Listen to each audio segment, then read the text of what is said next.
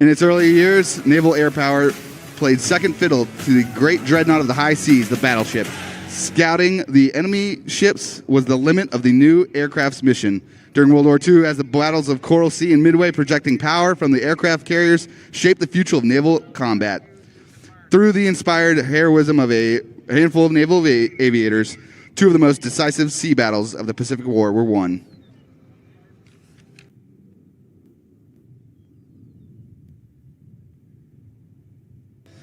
Ladies and gentlemen, get your cameras ready as the Corsair and Super Hornet approach in section formation. The Corsair, flown by our friend Scooter, is the lead aircraft, while the Super Hornet will fly the wing position. You'll be able to hear the distinct growl of the Corsair's Pratt & Whitney R2-800 18-cylinder radial engine and the power corrections made by the Super Hornet's two General Electric F414 turbofans to maintain position in the formation. Ladies and gentlemen, from the left, wing formation.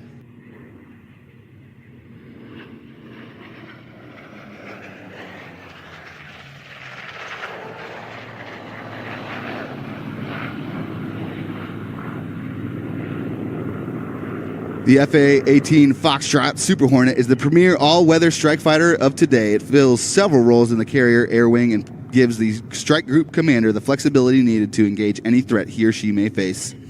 The missions of the Rhino include air superiority, fighter escort, suppression of enemy air defenses, all-weather day and night precision strike, tactical reconnaissance, and aerial refueling. The Rhino exemplifies our military's might and is a key reason you can sleep soundly at night, knowing the U.S. Navy truly owns the night.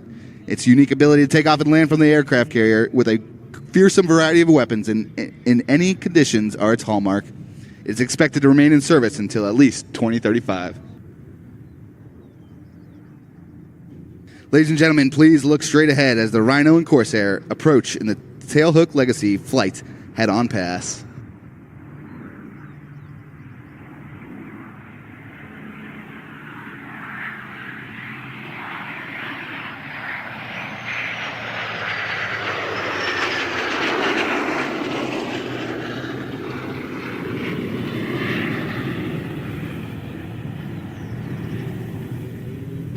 This F4U4 Corsair, the Korean War hero, is proudly flown and maintained by Scooter and Stuart Milson. This Corsair saw combat in the Pacific and were also used extensively by the Navy and Marine Corps in the Korean War. By the time production of the Corsair ended, over 12,500 were built, giving the Corsair the longest production run of any piston engine fighter produced in the United States, racking up an impressive 11-to-1 kill ratio during World War II. Corsair was also used as a fighter bomber, a role that it excelled in Korea.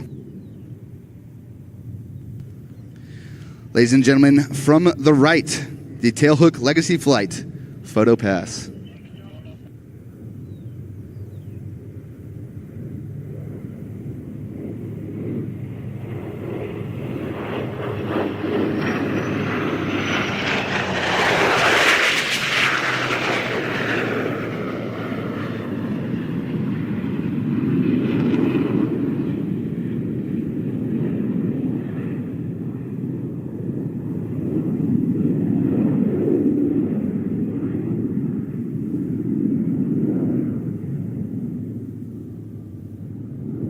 On their final pass, the Tailhook Legacy Flight will approach from behind the crowd, past show center, and performing an opposing pitch-out maneuver for landing. After the break, the Corsair will continue its downwind and turn and reconfigure for landing. The Super Hornet will reverse while climbing in the vertical to achieve a carrier brake for landing.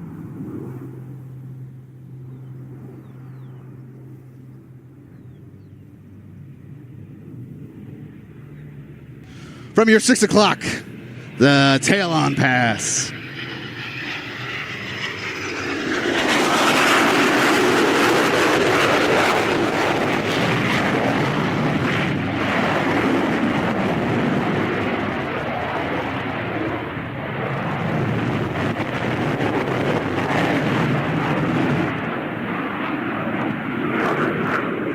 Ladies and gentlemen, we hope you enjoyed today's Legacy flight demonstration, and thank you for helping us celebrate more than a century of development in U.S. Navy carrier aviation.